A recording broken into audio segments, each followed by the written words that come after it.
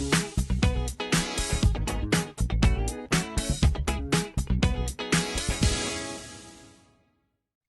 Everyone.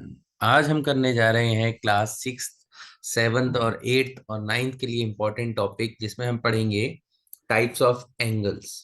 चलिए तो शुरू कर लेते हैं कि टाइप्स ऑफ एंगल्स दरअसल होते क्या हैं। तो सबसे पहले हम एंगल्स की बात करते हैं। एक्चुअल में एंगल्स होता क्या है? तो अगर मैं आपको शॉर्ट में समझाऊं तो एंगल बेसिकली क्या होता है कि जब दो लाइंस इंटरसेक्ट करती हैं तो उनके बीच में कुछ इस तरीके से आपका ये जो चीज आपको दिख रही है, इसे ही हम एंगल कहते हैं। क्या कहेंगे? एंगल। ठीक है। सो अगर हम नॉर्मल भाषा में कहना चाहें या सिंपल भाषा में कहें, सो एंगल क्या हो गया? जब दो लाइन या दो लाइन सेगमेंट इंटरसेक्ट करेंगे, एट दैट टाइम आपका एक एंगल फॉर्म होगा। बेसिकली एक नहीं, एक से ज्यादा एंगल बनते हैं। वो मैं बताऊंगा कि एक से ज्यादा एंगल कैसे बनते हैं। जैसे यहाँ आपको भले ही एक एंगल दिख रहा हो, बट यहाँ पर एक से ज्यादा एंगल्स हैं। ठीक है। तो चलिए आगे शुरू कर लेते हैं। सबसे पहले हम बात करते हैं जीरो एंगल की, कि जीरो एंगल होता क्या है। तो अगर आप देखेंगे, एक स्ट्रेट लाइन में खींच देता हूँ, सिंपल सी स्ट्रेट लाइन खींचता हूँ। ठीक है। और एक डॉट हमने यहाँ लगा दिया और एक एरो हमने यहाँ लगा दिया। तो कुछ नहीं, यही आपका जीरो एंगल है। ये क्या हुआ आपका? Zero angle. ठीक है। अब अगर मैं इसी लाइन के ऊपर एक बिल्कुल सीधी लाइन ऐसे ड्रॉ कर देता हूं, सीधी लाइन ड्रॉ कर दी, तो ये क्या बन गया हमारा? ये एक 90 डिग्री का एंगल बन गया। लिख लें, 90 डिग्री एंगल।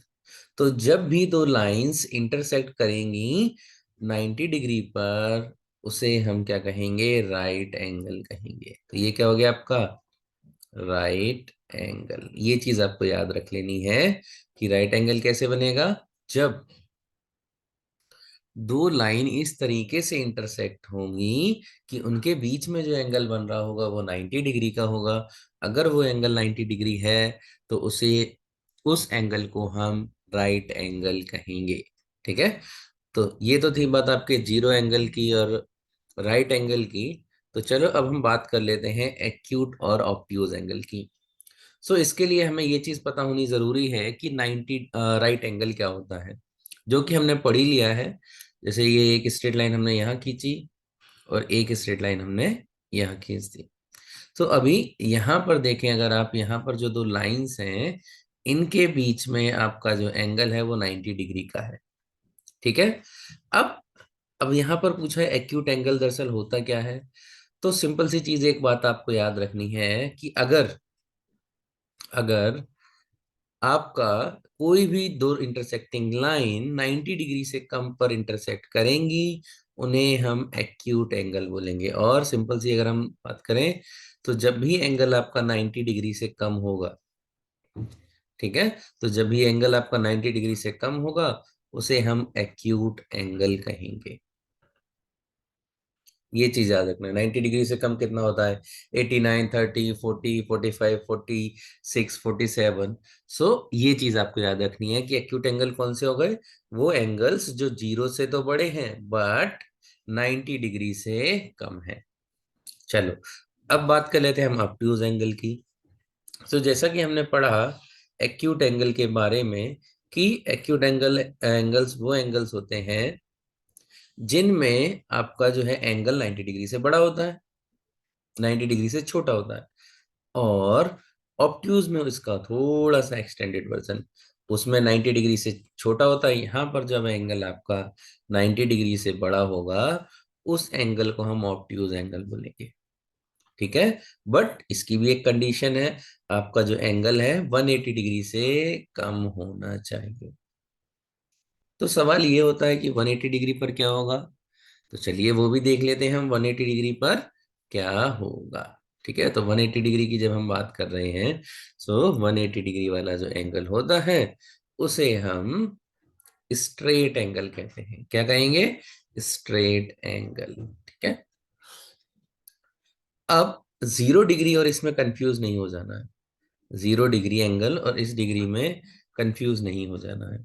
ठीक है, क्योंकि ये जो आपका एंगल है ये वाला एंगल है इतना, ये चीज याद रखनी है। यहाँ से स्टार्ट हुए मान लेते हैं, और यहाँ से जाके आप यहाँ तक जा रहे हैं। 0 डिग्री में क्या था, एक ये लाइन थी और बस एक डॉट था, तो यहाँ पर 0 डिग्री था। ठीक है, लेकिन इसमें क्या नोटिस करना है, ये यहाँ से हम गए और यहाँ पर ये दो लाइन्स है, एक ये लाइन हो गई और एक ये दूसरी लाइन इधर हो गई। ठीक है, सो इस तरीके से आपका ये बना आपका 180 डिग्री का एंगल। इसे हम स्ट्रेट एंगल भी कहते हैं। क्या कहेंगे, स्ट्रेट एंगल। ठीक है, चलो, ये चीज हो गई आपका स्ट्रेट एंगल की। अब हम बात कर लेते हैं, थोड़ा सा और एडवांस जाते हैं। यहाँ तो था स्ट्रेट एंगल, अब बात कर लेते हैं हम कंप्लीट एंगल की। तो कंप्लीट एंगल क्या होगा, ठीक है, तो कंप्लीट एंगल भी बता देता हूँ। अब अगर हम यहाँ से चलकर यूं जा रहे हैं और इसी पॉइंट पर अगर अगर हम खत्म हो जाते हैं, तो यही हमारा 360 डिग्री का एंगल होगा या कंप्लीट एंगल होगा। जब भी दो लाइंस के बीच में आपका 360 डिग्री का एंगल होगा, उसे ही हम कंप्लीट एंगल कहेंगे। ठीक है, चलो, अब बात कर लेते हैं रिफ्लेक्स एंगल की, कि रिफ्लेक्स एंगल क्या होता है। दरअसल रिफ्लेक्स एंगल कुछ भी नहीं है, आपको बस करना क्या है, ये दो लाइंस हमने ये इंटरसेक्ट करा ली, ये देखो, और यहां पर हमने एक एंगल ले लिया थीटा, ले लिया। अब इसको ना काउंट करके अगर हम इसे काउंट करते हैं, ये भी तो एक एंगल ही है। मैंने क्या कहा था कि जब दो लाइन इंटरसेक्ट करती हैं तो वहां पर आपका एक नहीं दो एंगल्स होते हैं। एक तो ये एंगल हो गया, और एक एंगल हो गया आपका 360 - थीटा। ठीक है, सो जब भी हम एक थीटा को 360 से माइनस कर देंगे, वही हमारा रिफ्लेक्स एंगल हो जाएगा। रिफ्लेक्स एंगल, ये फॉर्मूला आप लिखना चाहें लिख लें, यानी कि ये एंगल बना आपका थीटा। अब अगर इस थीटा को हम 360 से माइनस कर देते हैं, तो वो आपका रिफ्लेक्स एंगल बन जाएगा। ठीक है, सो ये तो थे हमारे बेसिक्स। तो चलिए आइए हम कुछ क्वेश्चन सॉल्व कर लेते हैं। तो सबसे पहला एग्जाम क्वेश्चन नंबर 1 है एक्सरसाइज 10A का। तो देखिए, from your surrounding give to examples of each of the following. अब अगर हम यहाँ पैरेलल लाइंस की बात करें, सो पैरेलल लाइंस आपको पता होनी चाहिए पैरेलल लाइंस होती क्या है। पैरेलल लाइंस वो लाइंस होती हैं जो कभी मीट नहीं करती, सीधी चली जाती हैं। ये वाली लाइंस जो मैंने अभी बनाई आपकी, ये पैरेलल लाइंस हो गई। अब इसके दो एग्जांपल रियल लाइफ में अगर आपको देखने हैं, तो आपको याद करना होगा स्टेयर केस को।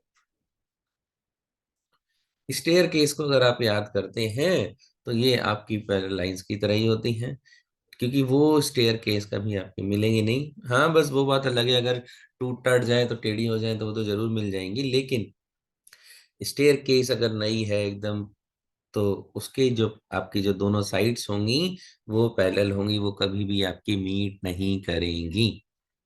ठीक है, तो ये हो गया एक एग्जांपल। दूसरा एग्जांपल आप मुझे कमेंट बॉक्स में जरूर बताइए। चलिए, अब हम बात कर लेते हैं परपेंडिकुलर लाइंस की। परपेंडिकुलर लाइंस अगर आपने देखा हो, आपके घर में बॉल वगैरह होती है, तो अगर आप बॉल को देखेंगे तो वो एक सरफेस पर आपकी बनी होती है। किस पर बनी होती है, सरफेस पर बनी होती है।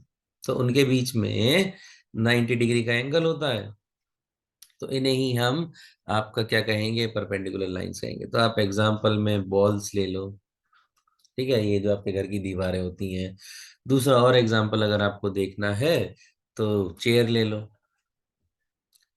आजकल कुछ चेयर्स में एंगल्स अलग अलग होते हैं, बट जो पहले की चेयर्स होती थी वो बिल्कुल आपकी, उनके बीच में जो लेग्स और जैसे ये जो जिस पे बैठने का सरफेस होता था, उसमें 4 लेग होती थी और कुछ इस तरीके की। तो ये जो आपका एंगल होता था, ये परपेंडिकुलर लाइंस का आप कह सकते हैं एग्जाम्पल। ठीक है, चलिए, इंटरसेक्टिंग लाइंस। अब इंटरसेक्टिंग लाइंस अगर आपने सीजर देखी हो, यानी कि कैंची वगैरह देखी हो, सो डायग्राम मेरा अच्छा नहीं है, बट एक बात कह रहा हूँ ये। ठीक है, तो ये इंटरसेक्टिंग लाइन के एग्जांपल्स हो गए। और एग्जांपल अगर आपको देखना है तो क्रॉस रोड ले लो। क्रॉस रोड मतलब जहां पर आपके चौराहा या तिराहा होता है, तो वहां पर तो रोड्स इस तरीके से इंटरसेक्ट तो करती ही है ना। तो ये एग्जांपल हो गया आपका इंटरसेक्टिंग लाइन का। तो अब बात कर लेते हैं राइट एंगल की। तो इस right angle, acute angle, obtuse angle, straight angle और रिफ्लेक्स एंगल, इसके मैं एग्जांपल्स देखो एक घड़ी से ही बता देता हूँ। देखो कैसे। अगर आपके पास एक घड़ी है, मान लेते हैं ये आपके पास घड़ी है, ठीक है। यहाँ पर मैं बता रहा हूँ, यहाँ तो 12 लिखा होता है, और यहाँ पर आपका 3 होता है, यहाँ आपका जो है 6 होता है, और यहाँ आपका मान लीजिए आपका 9 होता है, ठीक है। और यहाँ बीच में आपका एक भी होता है, दो भी होता है, एक मान लेते हैं चलो फिलहाल इसे, ठीक है। चलो अब शुरू कर लेते हैं। सबसे पहले बात करते हैं राइट एंगल की। तो जब भी आपकी घड़ी में, हमेशा देखना, जब भी आपकी घड़ी में 3 बज रहे होंगे, कितने बज रहे होंगे? 3 या फिर 9, ठीक है। 3 बज रहे हो या फिर 9 बज रहे हो, तो इनके बीच में अगर आप एंगल देखेंगे, ये कितने का होगा? 90 डिग्री का। तो ये राइट एंगल हो गया। हो गया। एक और दिखा देता हूं, अगर आपके 9 बज रहे होंगे तब भी आपका ये जो एंगल होगा, तब भी 90 डिग्री का एंगल होगा। ये चीज याद रखनी है, ठीक है। तो ये एग्जांपल्स किसके थे? आपके राइट एंगल के। ये एग्जांपल्स किसके थे? राइट एंगल के। तो चलो अब हम बात कर लेते हैं किसका? एक्यूट एंगल का पूछा है, तो चलो कोई बात नहीं। जब आपका 1 बज रहा हो, 2 बज रहा हो, तीन तीन तो खैर अभी नहीं बज रहा, 3 की तो अलग बात है। जब आपका जो है 3 बज के 5 मिनट भी हो रहे हो, तो बेसिकली 1 बजना, 2 बजना, या 2 बजना, 1 बजकर 1 मिनट होना, ये सारे एग्जाम्पल्स होते हैं आपके किसके? एक्यूट एंगल के। मान लेते हैं अगर 1 बज रहा है, तो ये आपका एक्यूट एंगल हो गया। 2 भी बज रहा है तो भी एक्यूट एंगल हो गया, ठीक है, क्योंकि यहाँ पर जो एंगल्स होंगे वो 90 डिग्री से कम होंगे। चलो बाकी के जो एग्जाम्पल्स हैं वो आपको खुद बताने हैं। ऑब्ट्यूज एंगल की बात कर लेते हैं। अब ऑब्ट्यूज एंगल की जब हम बात करेंगे तो वो घड़ी से बताना पॉसिबल नहीं है, तो मैं बता देता हूँ आपको ऑब्ट्यूज एंगल का एक्चुअल एग्जांपल देता हूँ, ठीक है। चलो, और उसके बाद हम करेंगे स्ट्रेट एंगल का। आपका जो है पहले स्ट्रेट एंगल पर आते हैं, और फिर लास्ट में ऑब्ट्यूज और रिफ्लेक्स पर आ जाएंगे। अब अगर घड़ी में आपके क्या बज रहे हो? घड़ी में अगर आपके बज रहे हो 6 बज रहे हैं, ये देखो। जैसे ही आपके 6 बज जाएंगे घड़ी में, तो वहां जो एंगल होगा 180 डिग्री का होगा। और जैसे ही एंगल आपका 180 डिग्री का हो जाता है, तो वो आपका स्ट्रेट एंगल बन जाएगा, ठीक है। अब आपको एक चीज और करनी है, आपको घड़ी में जीरो एंगल कब होगा, वो चीज आपको पता करके मुझे बतानी है, ठीक है। अब हम आ जाते हैं आपके रिफ्लेक्स एंगल पर आते हैं। तो अगर आपने देखा हो पिज्जा, अगर आप लोगों ने खाया हो, खाया ही होगा खैर, तो ऑलमोस्ट गोल होता है पिज्जा। तो अगर आप उसको एक पीस निकाल लेते हैं, एक पीस आपने मान लेते हैं निकाल लिया, ठीक है, एक पीस आपने निकाल लिया, तो ये जो बाकी का बचा हुआ एंगल है, ये वाला जो एंगल, ये बाकी का पिज्जा जो बचा हुआ है, यही आपका एग्जाम्पल है ऑब्ट्यूज एंगल का, एग्जाम्पल है रिफ्लेक्स एंगल का, नॉट ऑब्ट्यूज का नहीं, ये रिफ्लेक्स एंगल का आपका एग्जाम्पल है। और भी बहुत सारे एग्जाम्पल्स हैं, मैं एक एक ही बताऊंगा, बाकी के एग्जाम्पल्स आपको खुद बताने हैं और खुद करके लाने हैं, ठीक है। और ऑब्ट्यूज एंगल की अगर मैं एग्जांपल की बात करूं, ऑब्ट्यूज एंगल का, तो अगर आपने देखा हो स्टेयर केस कुछ इस तरीके से होती हैं जो बनी होती हैं घर की। सो अब ये जो आप एंगल देखेंगे, ये जो सरफेस होता है और यहाँ पर ये जो सरफेस है, ये आपका ऑब्ट्यूज एंगल का एग्जाम्पल है, ठीक है। चलो क्वेश्चन 2 की बात करें, तो क्वेश्चन 2 में आपको क्या करना है? एक्यूट, ऑब्ट्यूज और रिफ्लेक्स एंगल आपको पता करना है। सिंपल है। ये देखो एंगल 90 डिग्री से छोटा है, तो ये एक्यूट हो गया। ऑब्ट्यूज की बात करें, ये देखो 90 डिग्री से बड़ा है दूसरा, तो ये ऑब्ट्यूज हो गया। रिफ्लेक्स की बात करें, तो देखो मेन एंगल हम कहाँ से कहाँ नापते हैं? अंदर की तरफ से। लेकिन जब भी आप बाहर की तरफ से एंगल नाप रहे हो, तो वो आपका ऑब्ट्यूज रिफ्लेक्स एंगल हो जाएगा। सो यहाँ पर भी देखें, ये भी 90 डिग्री से ज्यादा है, सो ये क्या हो जाएगा आपका? ये हो जाएगा आपका ऑब्ट्यूज। ये भी ई एंगल भी आपका है 90 डिग्री से ज्यादा, तो ये भी ऑब्ट्यूज। ये एक्यूट हो गया एफ, क्योंकि 90 से कम है। जी भी ऑब्ट्यूज।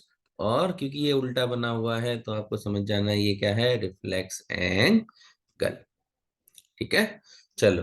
और भी क्वेश्चंस कर लेते हैं। क्वेश्चन नंबर 3 की बात करें तो question 3, classify the angle with the following magnitude. Basically आपको 45 डिग्री 95 से कम है तो एक्यूट, 210 की अगर हम बात करें तो जब आप ड्रॉ करोगे, ठीक है, 210 काफी ज्यादा एंगल होगा।